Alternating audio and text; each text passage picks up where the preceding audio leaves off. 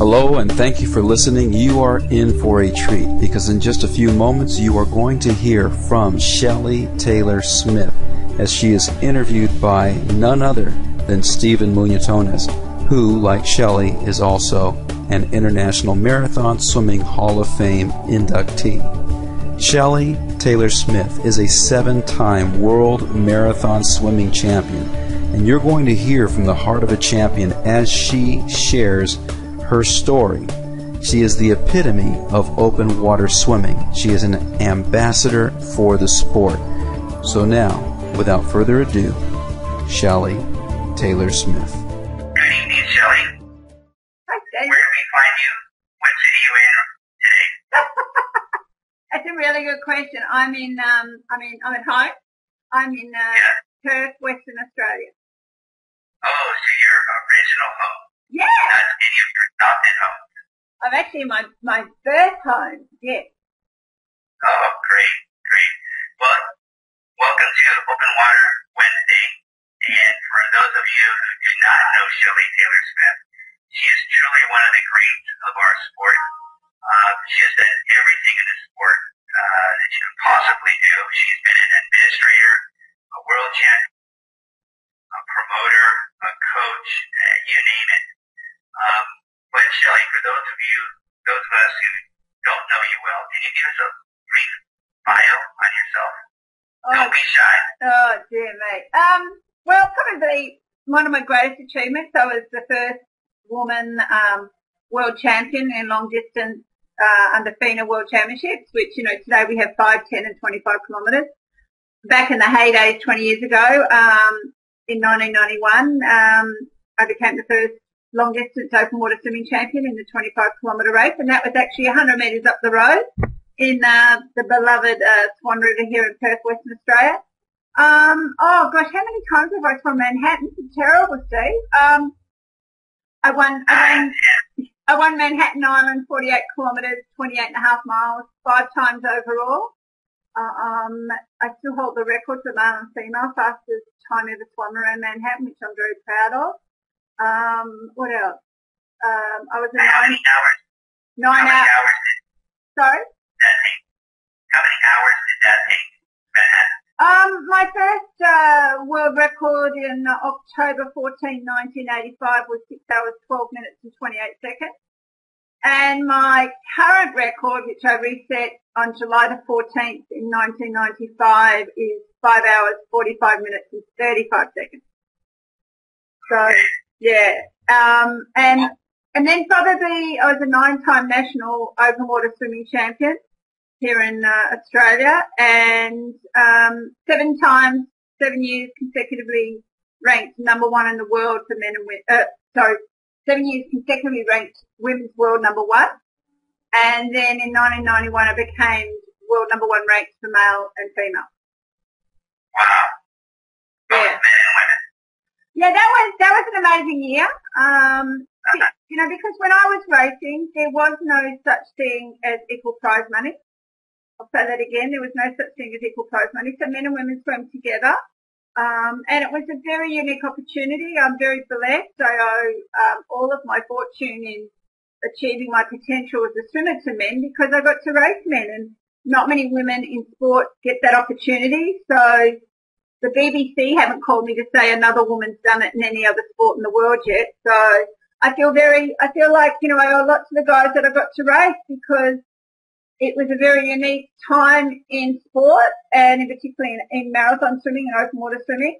And as a result of me, humbling a lot of men and beating a lot of blokes, as we say, it was good because I think my proudest achievement is as a result of me getting that world ranking, overtaking Diego Degano of Argentina. Someone put their foot down and says, no woman should be able to do this anymore, and it created history by creating equal prize money, which I think is my greatest achievement. So I'm very excited about that. Wow. Can you take us through that year, 1991? What countries did you swim in? What were the lengths of the races, etc.? I had 9 wins in 1991. I started the year off with the World Championships, the FINA World Swimming Championships. in my hometown here, as I said, in Perth, West Australia, winning the gold medal. And the men and women actually started together in that World Championship, and never started after that World Championship. We never raced together, so that was really unique. We had boats, which we haven't had for a long time, escort boats, and it was very unique. I then went off to I finished the race and became a world champion, and then a very amazing woman who's mentored me in my life and has a major impact, called Dawn Fraser, said to me, well, what's next? And I said, well,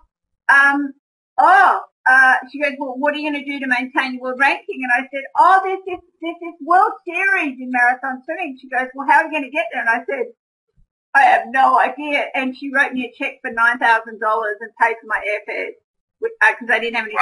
Yeah, amazing gift that the legendary Dawn Fraser. So I went off to Argentina, and I will never forget it. I swam these amazing races I raced in Bahia in Brazil, and that was interesting. We swam from an island to the mainland of Bahia, and depending on how much you tipped your boat driver, depended on if you got to the finish as a winner. That was interesting. So the 9,000 came in handy. Sorry, say that again? Say that again, Steve? I'm sorry. So the $9,000 from Dawn Fraser came in handy. It did, because it got me to Bahia, which was a race on the International Marathon Swimming Association, the IMSA as it was then. And then I went on to Argentina to the historical race of Santa Fe Coronda. And back then it was, I think it was 57K or 64K. Gosh, that's a long time ago. And I swam in this crazy swim when you swim up a river and there's 100,000 people just screaming at you the whole way and banging their pots and pans and just so passionate about open water swimming.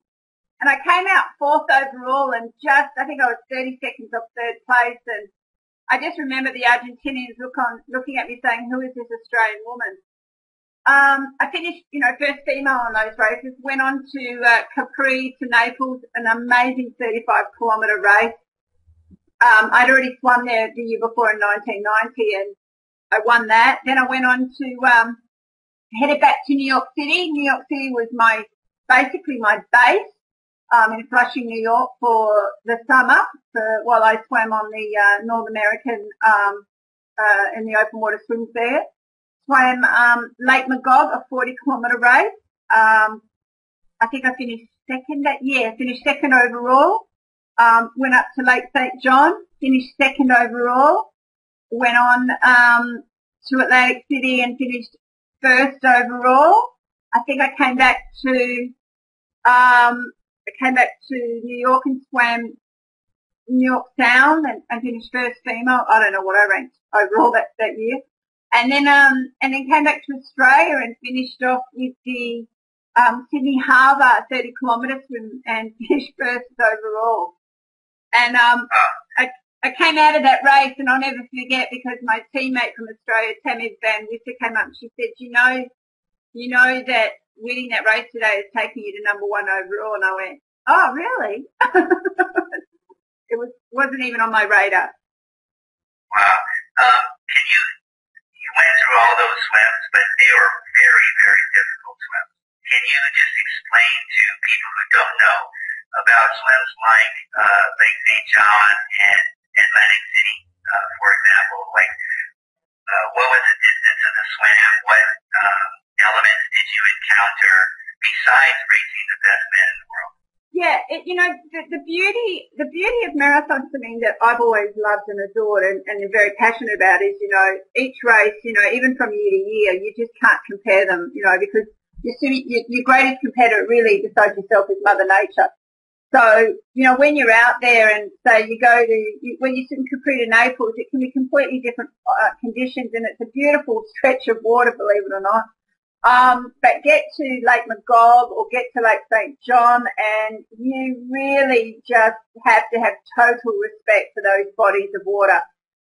you have total respect for the organising committee because they realise, particularly up in Lake St John, which is Roberval, which is way up in the logging county of northern Quebec, and where we had the World Championships this year, you know, you've got a history of 55 years of this event, and it, you know, it's a bit shorter nowadays. I think it's back to 25k. When I swam, it was 40k, and it was just tough. It was tough. It was cold.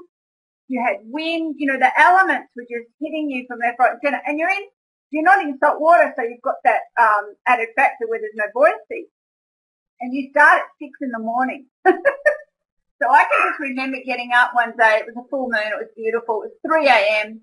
I'm there eating my baked beans on toast and my Vegemite on my toast, you know, doing the Aussie pre-race meal thing. And I can remember just thinking, why wasn't I given a golf club or a tennis racket? And, you know, within an hour, you know, it's time to get ready and get, you know, put that poker face on and, you know, be prepared for race day. But the amazing thing about those races was it was really, really tough.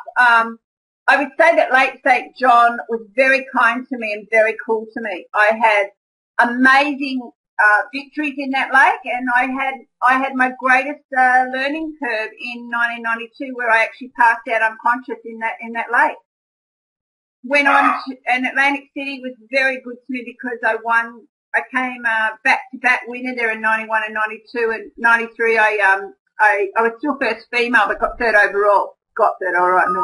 I'm not ungrateful, but yeah, it, you know, amazing time. In 1992, when you passed out in Lake St. John, you said that it was your greatest learning curve. What did you learn from passing out in the cold water? Well, when I look back on it now, I think there's a variety of things because the sport has changed. You know, with the Olympic 10-kilometre event, you know, most of the events around the world in the FINA World Cup and Open Water Swimming Grand Prix Series, not many races now have boats unless it's over a certain distance. So, you know, I just look back now and I think, oh, thank God I had my coach there, you know, and, you know, because I would have kept swimming. If he hadn't been there to drag me out and know me as well goodness knows, you know, where I'd be today. But that lake, you just, you know, it doesn't matter how fast you are, how fit you are, you know, you've just got to be ready for those climatic conditions. And, you know, the environment Mother Nature can be very cool, as I said, but she taught me my greatest lesson. You know, there's nothing worse than having a DNF against your name, which is did not finish, but then to have a DNF representing your country at the Pan Pacific Swimming Championships was mortifying. You know, to wake up, I don't remember much except my coach looking at me, and he looked like Marty Goldman, you know, the guy with his big eyes, and I just freaked out, and I rolled over and pulled me out. And I remember waking up and thinking, you know, where am I? And then realizing, oh my God, I'm not in the water. And there was a swimmer next to me by the name of Anita Stewart from India, and all I remember is her saying, oh, it's you, Shelley. Oh, thank God you're human after all. And in that moment I realized, oh my God, I'm not in the water. I failed. And all these self-doubts and things are rushing through my mind. What are the media going to say?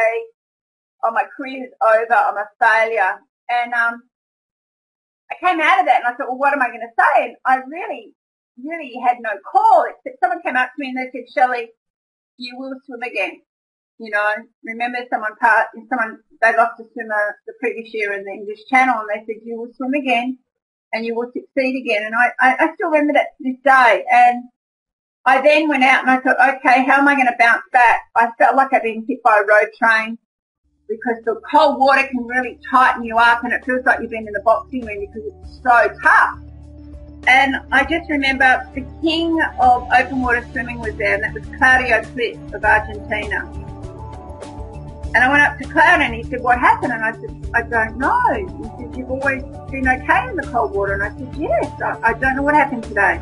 He said, oh, Shelley, it's okay. You can decide. I said, what do you mean I decide, Claudia? He said, it's your choice. You let this swim define you, or you let this swim define you. And I went, okay, what do I do? And he says, it's your choice.